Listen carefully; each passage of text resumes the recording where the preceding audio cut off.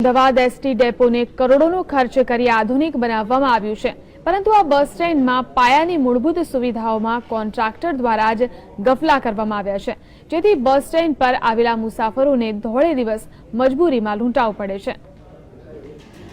આ છે Ahmedabad central bus depot, જ્યાં મુસાફરોને પ્રાથમિક સુવિધા મેળવવા માટે રોકડા રૂપિયા ચૂકવવા પડે છે। સરકાર દ્વારા મસ્ત મોટા અક્ષરોથી નોટિસના પાટિયા લગાવવામાં આવ્યા છે। આ પાટિયાની નીચે જ બેસીને કોન્ટ્રાક્ટરના આશીર્વાદથી મુસાફરોને ખુલ્લેઆમ લૂંટવાનો ધંધો ચાલે છે અને આ વાતની પોલ ખુલી જતા ફરજ પરના કર્મચારીઓ રફુ ચક્કર થઈ ગયા હતા।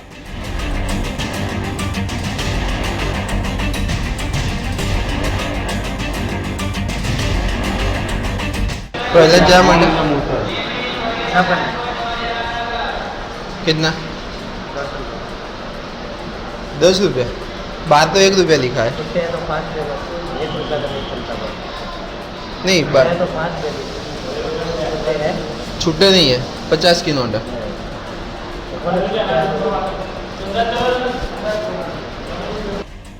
જીએસટીવી આ સમગ્ર કાંડની તપાસ કરતા જાણવા મળ્યું કે મુસાફરો પાસેથી શૌચાલયના 10 રૂપિયા, જ્યારે મહિલાઓ પાસે ફરજિયાતપણે 2 રૂપિયા વસૂલવામાં આવે છે।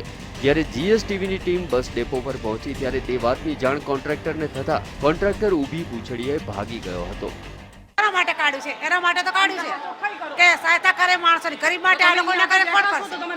એટલે એ તો કરવું જ પડે ને કે આ તો 2 રૂપિયા 5 રૂપિયા લે છે માટે આ લખેલું છે બેન નહીં આપવાના રૂપિયા। હા, પૈસા ને તો કે આપવું પડશે, ફરી લે છે જોવાનું। અમે આપણ છીએ તે તો વાત સાચી જ છે ને।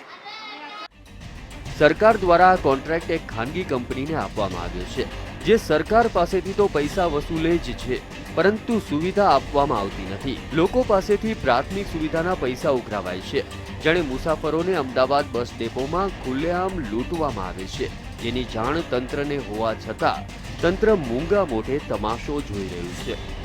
કેમેરામેન તેજસ દવે સાથે પાર્થ જાની, જીએસટીવી, અમદાવાદ।